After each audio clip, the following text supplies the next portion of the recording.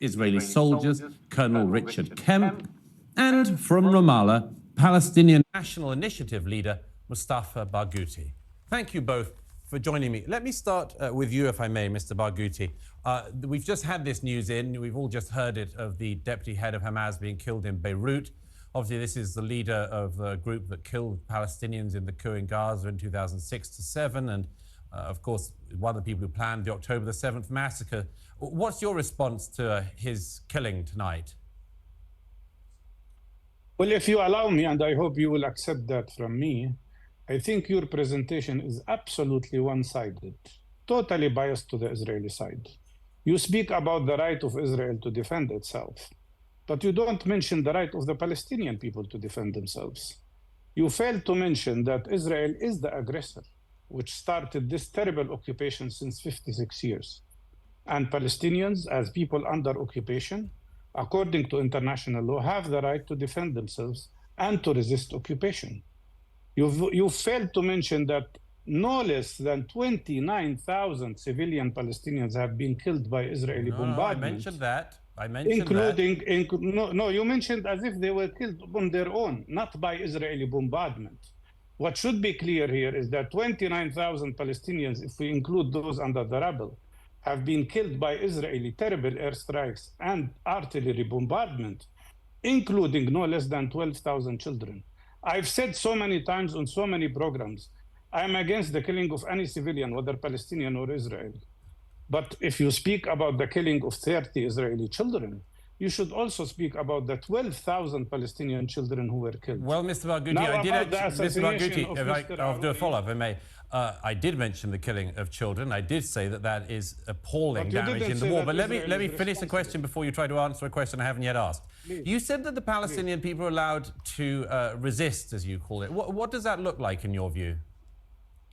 According to international law, people who are under occupation have the right to resist in all forms, including military forms, as long as they respect international law and international humanitarian law. Okay, so what does it look like? What does it look like? Israel wants not only to... Look, I've been struggling with nonviolent resistance all my life. I was injured 9 times by the Israeli army, although I never used any weapon. I was shot twice. But you're not telling me. But you're not telling me, sir. Wait a minute. You're not telling me what legitimate resistance is. While legitimate resistance is all forms of resistance that respect international humanitarian law, which means not attacking civilians, not attacking children. It's very clear. That's what international law says. I am not creating that. Okay. But even when I was in my white coat, wait a minute. When I was in my white coat, in treating an injured person, an Israeli sniper shot me twice. The same mentality of these snipers killed Shireen Abu Akleh, your colleague, the journalist, and no Israeli was indicted. 303 of my colleagues, doctors, nurses, health professionals, have been killed by Israeli airstrikes in Gaza. 104 ambulances were destroyed. All our health centers were destroyed. This is not acceptable. Okay, thank you, Mr. Barghouti. Mr. Barghouti, we have another guest, so I'd like to go over to Tel Aviv to Colonel Richard Kemp. What do you make of what you've just heard? Well, I think Mr. Barghouti talks about legitimate resistance adhering to the laws of war. Well, first of all, resistance to what? The Israelis withdrew from Gaza in 2005. And effectively set up a 2-state solution. Let the Palestinian Authority, which was then taken over by Hamas, run their own territory. So what are they actually resisting? What's this resistance about? And when it comes to the laws of war, the people, the Hamas butchers that Mr. Barghouti has been quoted as referring to as our brave fighters, they went into Israeli territory on the 7th of October. They raped, burnt alive, butchered, cut off their heads, kidnapped, abused civilians and soldiers, civilians though, which is, against, obviously it's against any law of war. It was against the laws of war to kill anyone inside another country, but in that way. But to butcher civilians like that, where's the laws of war there? And secondly, ever since that day, and of course many, many times before, his brave Hamas fighters, as he calls them, have been firing rockets indiscriminately at civilian populations inside Israel, and are still doing so. They won't be doing so much longer because they're about to be throttled by the IDF. And not only that, but they've also been firing them from within the civilian population. That is against the laws of armed conflict. And preventing civilians from leaving the combat areas when the IDF are trying to warn them about attacks, again, against the laws of armed conflict. They've also fired many of their rockets into the Gaza civilian population. We just have to look at the al-Arouri hospital attack that was attributed to the IDF, but turned out to be an Islamic Jihad, another brave Islamic Jihad fighters, firing their own rockets into their own civilian population. Let's not forget what Hamas is all about here. The reason Hamas launched this attack, there are strategic reasons, of course, but the overriding reason they launched this attack on the 7th of October, and the reason they launch all of their attacks, is to force Israel to defend itself from these attacks, which any country and every country would do and has the right and the obligation to do. And in carrying out its reaction to these attacks, Israel, unfortunately, has no choice but to kill innocent civilians in the process, despite the efforts they take. So Douglas Murray just kept asking the Palestinian official there, who's supposed to be representing the Palestinian people, give me your definition. If you're occupied, what does resistance look like for the occupier?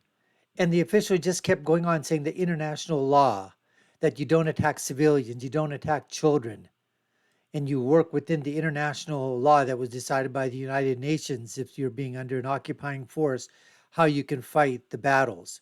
Well, is that, and then the previous British soldier who's there, he answers back and he goes, well, wait a minute. Gaza isn't even being occupied. In 2005, Israel pulled out of the Gaza. The IDF soldiers forcefully removed. You can go and you can take a look at the videos. There's Jewish people that were being dragged out of their homes by IDF forces and saying, you've got to leave. You cannot stay in these homes. We know they're your homes, but you can't stay here any longer. And they were literally being pulled out of their homes, dragged out of their homes by Israeli soldiers. Israeli settlers were being dragged out of their own homes. People, they had to leave everything behind as Israel pulled out of the Gaza. So there is no occupying force. It would be different if there were soldiers within Gaza and if you felt you were being, and it was an occupying force, and now you want to fight them in a battle, so you're fighting the soldiers, fighting them one-on-one, you're fighting them in the streets, it's, guerrilla warfare, whatever that is. You're not attacking civilians, you're not attacking women or children, you're not attacking places of worship, hospitals, libraries, schools, you're not doing that. But there's nobody there. So what do? What do the Hamas terrorist fighters do? They decide to go onto a mission where they parachute into Israeli proper territory, which isn't disputed. Well, the Palestinians would say all of Israel should be Palestine, but that is proper Israel. So they parachute into another nation. They use terror tunnels to go underneath another nation. And where they do? They kidnap, kill, murder, rape, burn, torture, whatever it is, a horrific terrorist attack that claimed the lives of anywhere from 1,200 to 1,500 Israeli citizens. Palestinian official there has nothing to say about that, although he did say that under the laws that govern occupation and how to fight occupation, there are rules and regulations on how to do this. You don't take civilian life. You don't take women and children. You don't kill them. Where's his answer to that? Didn't have one. Douglas gave him a couple of tries on that thing, always going back to the United Nations definition of what an occupation force is and how you can go ahead and fight the occupation force without really saying how to go ahead and do it. And there lies the problem. Exactly what that commander from the British forces was saying. They want to goad Israel into they want to have international attention. And if that means that Palestinians have to die in the process for that to happen, so be it. So be it. Because that's how they gain their power. That's how they gain their control. by causing this conflict to occur. They don't want it. They don't want a two-state solution. The Palestinian Authority doesn't want it. Hamas doesn't want it. They just want to continue this fight because it will continue to allow them to be in power, continue to have them gain monetary, to collect the monies that are needed to fund these terrorist activities and to continue this into perpetuity. Don't be fooled. Hamas and the PLO people that are in charge, not the Palestinian people, but the people that are ruling above them, they do not want a two-state solution. They don't. Anyways, let's continue with this interview. Enormous to avoid doing that, but that's what Hamas wants. Hamas, they don't just want civilians to protect their terrorists. They want Israel to kill civilians, so that Israel is then condemned, delegitimized, vilified, isolated around the world, and it works every time in the United Nations, the universities, in some governments, human rights groups always condemn Israel. That's what Hamas want, and that encourages Hamas to do it again and again and again. And by Mr. Barghouti, who claims to support peaceful resistance, by Mr. Barghouti justifying what they do, he also has blood on his hands from encouraging I think you are absolutely biased. Mr. Barghouti, you're going to get a moment. Mr. Barghouti, you're going to get a moment to respond to that. I just want to ask you first. Let's just clear this up before you do respond to Colonel Kemp. Did you call Hamas our brave fighters or not? I never said that. No, I don't know where you got that from. Well, no, it's not true. You are putting words in my mouth. But let me respond to what the colonel said. The colonel is reflecting clearly a very clear white supremacy approach. It is okay to Why is it white supremacy, Mr. Why don't you say? Oh my goodness, these people, they've learned the language of the left. Congratulations to the PLO. They must be listening in on the stuff that's happening here in the United States of America. Now it's white supremacy. It's a white supremacy war. That's what's happening. It's the Ku Klux Klan. They're donning on their covers and they're going over to Israel to fight in the IDF. The IDF is infiltrated by the KKK. Why don't you say clearly that you are supporting the killing of Palestinian children? Why don't you say clearly that you are supporting the killing of Palestinian civilians? Why don't you say that you are supporting Israeli occupation of Palestinian land and supporting 3 terrible war crimes? Even the American public is against that. 3 war crimes. The war crime of genocide, which the International Court of Justice is looking into now. The war crime of collective punishment. And the war crime of ethnic cleansing. 90% of the Palestinian people were evicted from their homes. What would you have said if Palestinians evicted Israelis from their homes? Well, they have done, of course. Acceptable? Mr. Barghouti, they have done, Why of course. Why don't you use the same standard? I'm going to go back to Colonel Kemp in a moment. But why is this white supremacy? Where did that come from? The Israeli public are not all white. Because I think you don't see us white enough, and you are against anybody who's not white. And that's why you justify terrible atrocities that Israel is committing. And you are justifying not only the fact that Israel is occupying us, but the fact that Israel conducted the worst kind of ethnic cleansing in 1948, forcing 70% of the Palestinian people out of I'm going to go back to Colonel Kemp. These are the facts. I'll just go back to Colonel Kemp quickly. Colonel Kemp, you said that Mr. Barghouti said our brave fighters were Hamas. He says he didn't say that. Who's right? Well, I certainly read him quote. He may not have said it, but I read him being quoted as saying, I think it was Middle East Eye or something like that. But he can certainly, if he'd like to Google it to see what he actually said, he can find that on the internet. And what do you make of this claim? And what do you make of this claim, Colonel Kemp, that everyone who justifies or is in any way on the side of Israel during this war is a white supremacist? Because Israel doesn't look like a very all-white country to me, but I don't know. No, I mean, there are all blends of races in Israel. And one thing we should remember as well is that there is a significant Muslim Arab population in Israel. And one thing that I've observed in recent weeks is a skyrocketing of support for Israel among the Israeli Arab Muslim population. The polls, there's a number of polls have shown that a huge growth of support for Israel, a greater association with the state of Israel since the 7th of October. And that is partly due to the fact that Hamas, his brave fighters from Hamas, that he clearly supports, came in and butchered not just Israelis, but Israeli Jews, but they also came and killed a number of Arabs and people from many different ethnicities.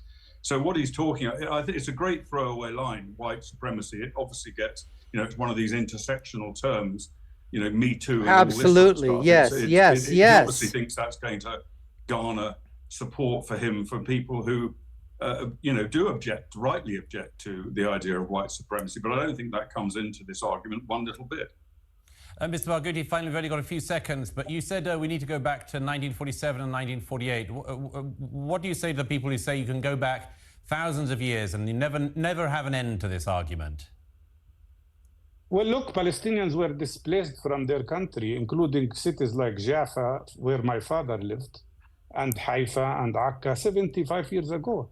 If Israel is after 3,000 years have the right to go back and demand to be in Palestine, then why not Palestinians who have been evicted 75 years ago? Why should we forget about our own country? And let's go back to the United Nations resolution that established the state of Israel. It said that there should be two states, Israel and Palestine. Israel was created and Palestine was occupied. Yes, that is the reality. As we all know, Mr. Barghouti, there's one thing that we can be sure about that. That's highly disputed history, as it all is. There wasn't a Palestinian state then. There could have been. Well, it's the United Nations resolution. It's a very sad thing. There wasn't a Palestinian state created then, and that the Palestinians. It will be. It will be. I assure you. A lot of people hope it will be, but it certainly won't be if people are praising Hamas, and the longer they're around, the less likely it is there will ever be a Palestinian state, as far as I can see. But thank you very much, Colonel Richard Kemp in Tel Aviv, and thank you to Mustafa Barghouti, our intersectionalist tonight in Ramallah.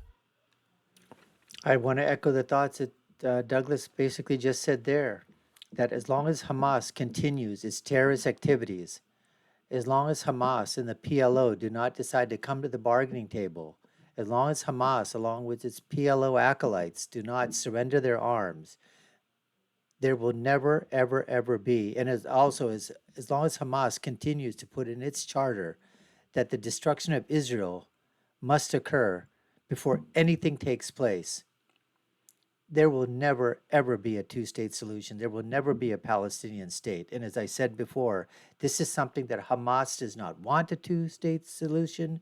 Neither does the PLO, the people that are governing up above over the Palestinian people. The Palestinian people might want it.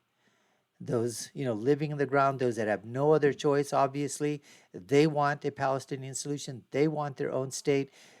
Hamas has been given billions upon billions of dollars. And take a look at Gaza. It is still a freaking cesspool prior to this bombardment.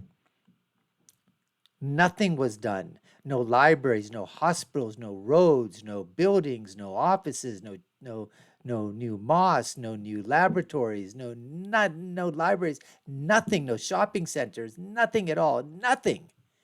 Just using that money for terrorist activities to build those huge, huge underground terror tunnels, and to buy the rockets and the artillery and the armament to continually attack Israel.